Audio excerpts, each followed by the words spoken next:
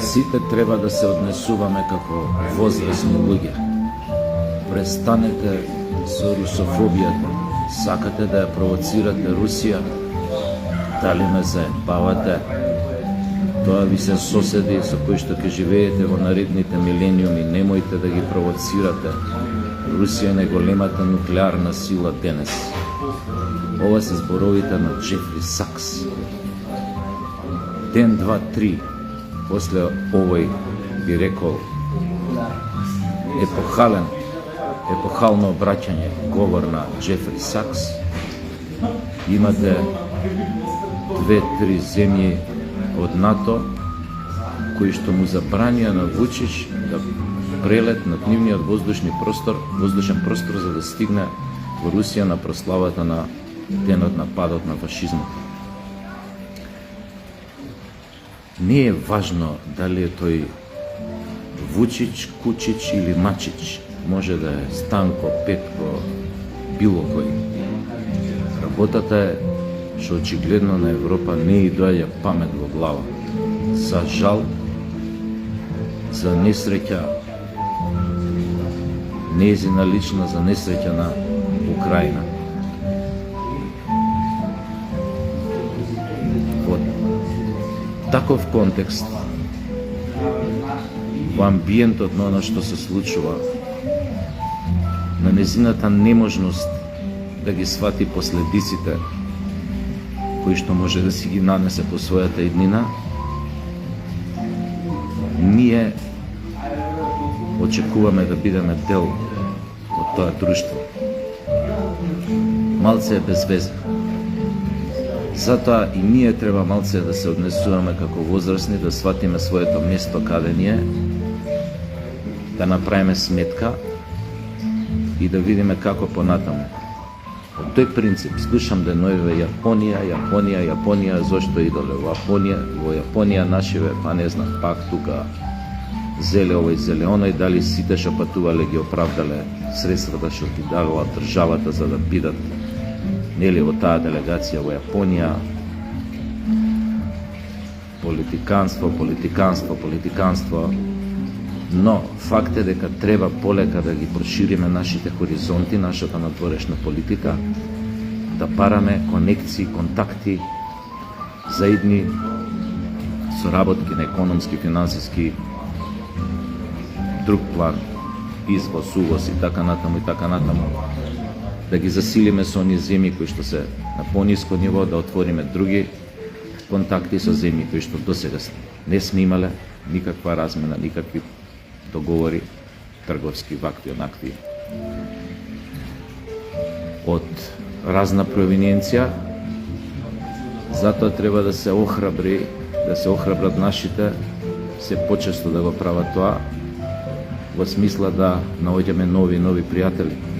Не можеме да се потпреме на таа унија која што видовме до сега, милион пати сме биле сведоци колку деструктивно се однесува кон нас, без разлика што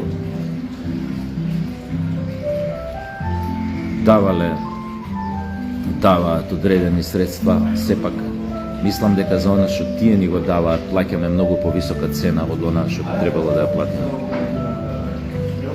Мислам дека низ нос почнува да ни излегува таа соработка. Затоа што викаат старите, памет у глава и газот до зид. Оти секогаш можеш да го јадеш сутвине поплюкан, што викаат тотовчени.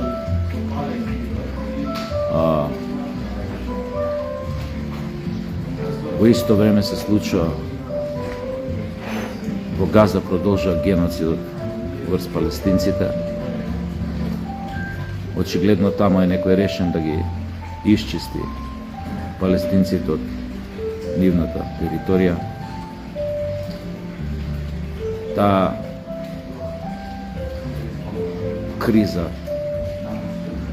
таа војна, тој масакр, не знам ише како да го наречам, очигледно нема да престане скоро ако се земат во предвид последните најави од страна на Израел дека се спремни да тргнат во офанзива. Буквално, дури веќе не се ни стеснуваа да го кажат според окупација, нивните радикални струи кои што се блиски до Нетањаку.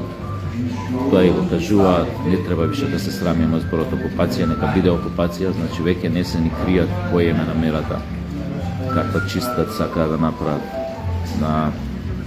во појасот Газа.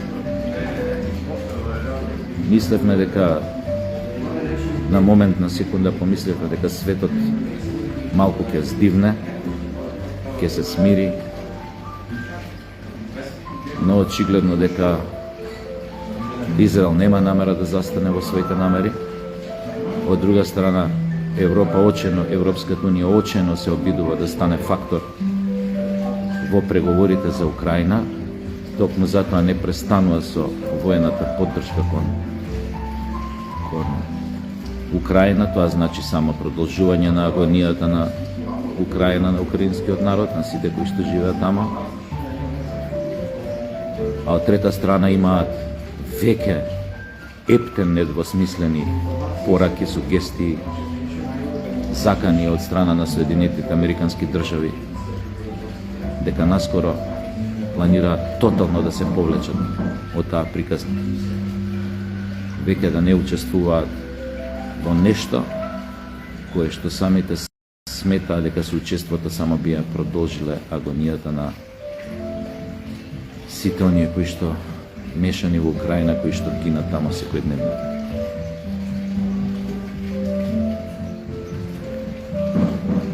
Многу е важно што Соединетите држави